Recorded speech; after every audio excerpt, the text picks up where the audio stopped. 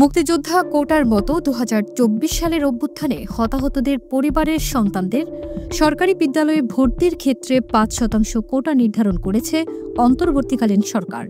গত ২০ ফেব্রুয়ারি এই সংক্রান্ত একটি অফিস আদেশ ২ মার্চ জারি করেছে মাধ্যমিক ও উচ্চশিক্ষা অধিদপ্তর।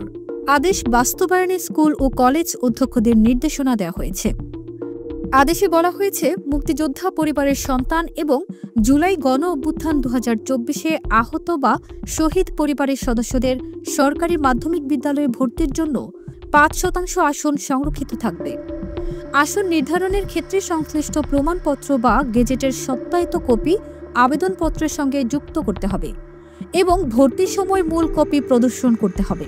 এতে আরও বলা হয়, এক্ষেত্রে সংশ্লিষ্ট ব্যক্তির মুক্তিযুদ্ধ বিষয়ক মন্ত্রণালয় থেকে ইস্যু করা মুক্তিযোদ্ধা সনদ বা জুলাই গণ অভ্যুত্থান ২০২৪-এ শহীদদের গেজেট যথাযথভাবে যাচাই করে ভর্তি কার্যক্রম সম্পন্ন করতে হবে।